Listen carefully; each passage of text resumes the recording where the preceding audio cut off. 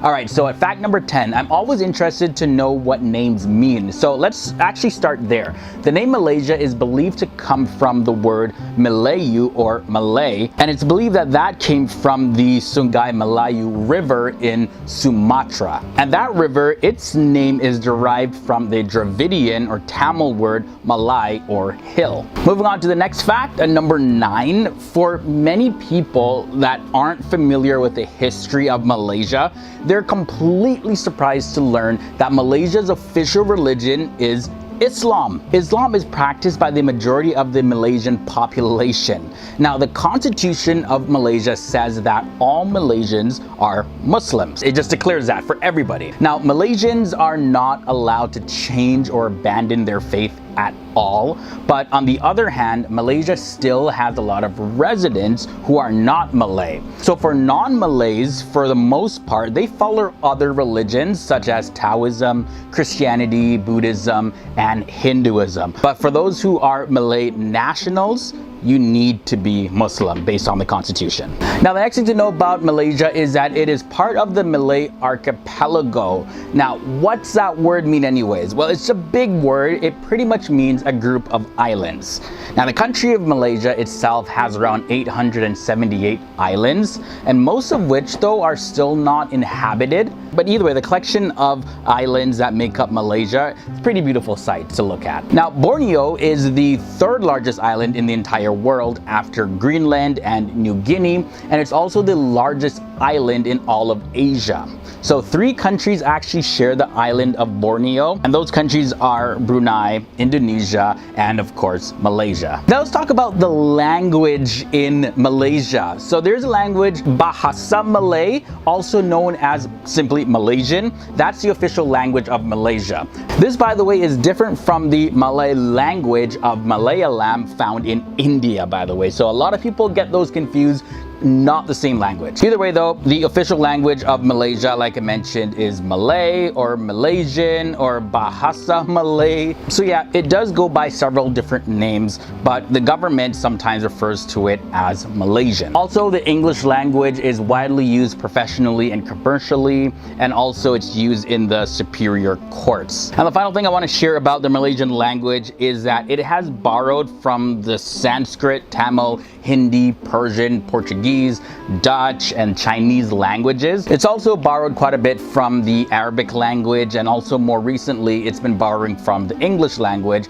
That has increased a lot, especially when it comes to many of the different scientific and technological terms being used in Malaysia. Let's now talk a little bit more about the government of Malaysia. Not many people know this, but Malaysia is actually considered to be a federal constitutional monarchy, and it has a ceremonial head of state, and that is a monarch who has a title of Yang di Pertuan Agong, which means paramount ruler. Now, when it comes to this paramount ruler, what happens is that he's elected from among 9 hereditary state rulers to serve for a 5-year term. And now the paramount ruler, that's the person that appoints a prime minister from among the members of the House of Representatives. And then from there, with the advice of the prime minister, the monarch then appoints the other ministers who make up the cabinet. All right, guys, so we reached halfway in this episode. We got a little bit of an inside look about Malaysia, how the country is structured, a little bit of the word meanings and the languages and all of that. But we still have 5 more facts to get through. But I do gotta mention, before we get into those last 5 facts, that we have a similar video that we did about the country of Indonesia. Now, it's also a beautiful country that's made up of over 17,000 islands. That is a lot. I have the link to that video below in the video description section. I'll also link to it in the card section of this episode. I highly recommend that one, especially if you're enjoying this episode so far on Malaysia. But either way though, if you've already seen that video or you're just simply not that interested in Indonesia, I'll link to a playlist that's filled with every single episode that we've made about countries of our world. So you can go through those videos to learn about your favorite countries. I also have the link to that below in the video description section, and I'll link to that in the card section of this episode as well. All right, guys, so let's get into fact number 5 now. Malaysia is an extremely busy country when it comes to visitors. So check this out. It's estimated that more than 450,000 people cross the Malaysia-Singapore border every single day. and they cross by using the two land crossings across the Straits of Johor. Now this makes it one of the busiest land borders in the entire world. Next thing I want to share at fact number 4 is Malaysia also holds a pretty interesting world record. Now it's not what you would think it is though. It's kind of random, but it's reported that the largest roundabout in the entire world is located right in Malaysia. It's in Putrajaya, and the roundabout in Putrajaya is 3.5 kilometers in diameter, and that equals 2.7 miles. Now, although sources do say that Putrajaya has the world's largest roundabout, there is some dispute about this though, because some sources say that the Savannah, located in the port of Spain in Trinidad and Tobago, actually holds a title for having the world's largest roundabout. But either way, as it stands, for the most part, it's recognized that this roundabout in Malaysia is the biggest in the world. Now, I had to include this at fact number 3. Teh Tarik is Malaysia's national drink. Now, the term actually means pulled tea. Alright, so what is this anyways? Well, it is a hot milk tea beverage, but it can also be served cold as well. Now, they say to effectively mix the flavors of the tea, you actually have to tarik, or pull the tea between two pitchers repeatedly. Now, this is how the tea can stretch and blend together and generate foam. So once the Teh Tarik is boiled, it's then strained into a mug, and then the tea is poured from a height of about a meter, which is about 3 feet or so, into another mug. And then the process known as pulling is repeated several times until froth is formed over the tea. And the pulling process actually cools down the tea. But it's not just a delicious beverage that has an interesting process to froth it and cool it down, but also Teh Tarik competitions are an actual thing. They're organized all throughout Malaysia, and you can see people actually pulling tea in the most creative way possible, and they throw in some dance moves as well. This is an actual sporting competition, for real. Another thing to note about Malaysia is this. The country is made up of 2 main land masses. Now, there is what's known as Peninsular Malaysia, and it's also known as Malaya or West Malaysia, and it's the part of Malaysia that makes up the southern half of the Malay Peninsula and the surrounding islands. Now, its area is about 332,265 square kilometers, which is approximately 40% of the total area of entire country of Malaysia. Now, the other part of the country is known as Malaysian Borneo, or Sabah, or Sarawak, and Labuan, or most commonly it's referred to as East Malaysia. Now, this is a part of Malaysia on the island of Borneo. Like I mentioned, it was the largest island in all of Asia. Now, the final thing I want to share in this episode when it comes to the country of Malaysia is this. Kuala Lumpur, also known as KL, is the capital of Malaysia. Now, the words Kuala Lumpur literally mean muddy confluence. And if you're not familiar, confluence is just a fancy term for the point where 2 rivers intersect. Kuala Lumpur is a metropolis, big, booming area, and it actually got its name because it was founded near the place where the rivers Klang and Gongbak intersect together. Now, Kuala Lumpur, Malaysia metropolitan area's population is about 8 million people. Starting at fact number 10.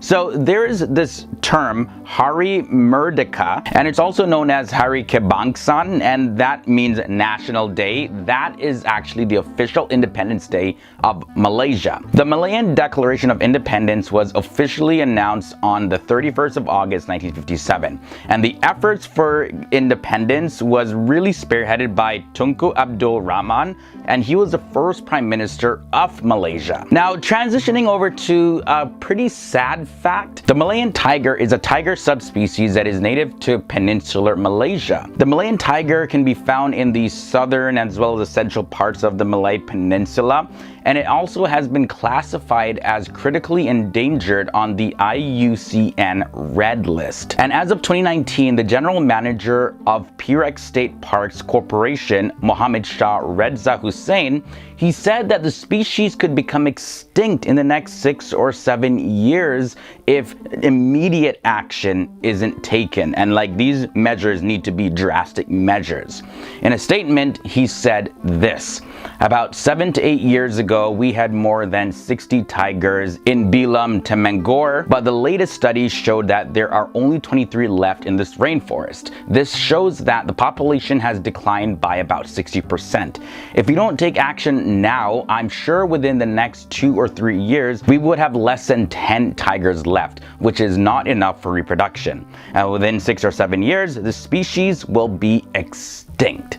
Now, despite all of this though, poaching continues to run rampant in Malaysia. Next up, at fact number 8, this church here, St. George's Church, it was established back in the year 1816, and it's an Anglican church that's located in the city of Georgetown in Penang, Malaysia. And what's significant about this is that it is the oldest Anglican church that was built for use in Southeast Asia. And on the property of the church, you're going to find a memorial for Francis Light.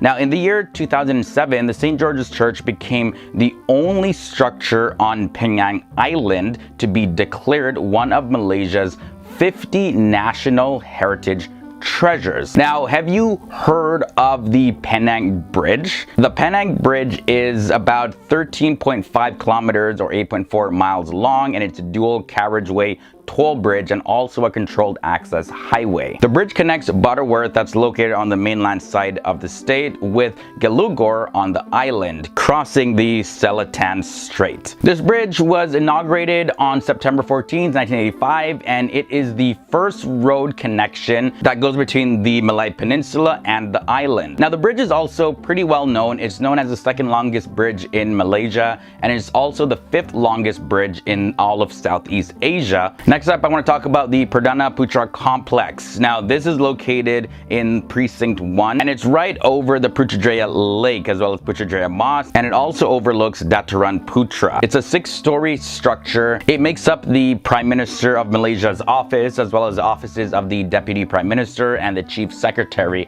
to the government. It's also a pretty unique looking structure. The design of it is also really interesting because the Perdana Putra Complex really uses elements from Islamic Mughal architecture, and they mix it in with Southeast Asian architecture, and then boom, there you go. Now for fact number 5. Mount Kinabalu over in Malaysia is the highest mountain in the Malay archipelago, as well as it's actually the highest mountain in all of Malaysia. Now, it's said that the mountain as well as its surrounding areas are some of the most important biological sites in the entire world. So check this. It's estimated that there's between 5,000 and 6,000 species of plants, as well as 326 species of birds, and more than 100 mammals located around this area. It's such an important piece to Malaysia that Mount Kinabalu is also listed as a UNESCO World Heritage Site. Quickly, I want to talk about the currency in Malaysia. The currency that's used in Malaysia is actually known as the ringgit.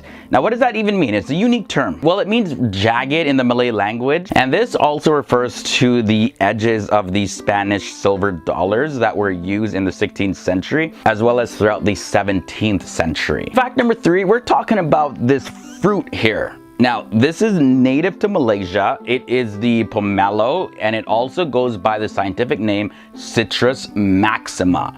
Now, this fruit, if you didn't guess it by the scientific name, it's a big fruit. As a matter of fact, it's the largest citrus fruit in the world.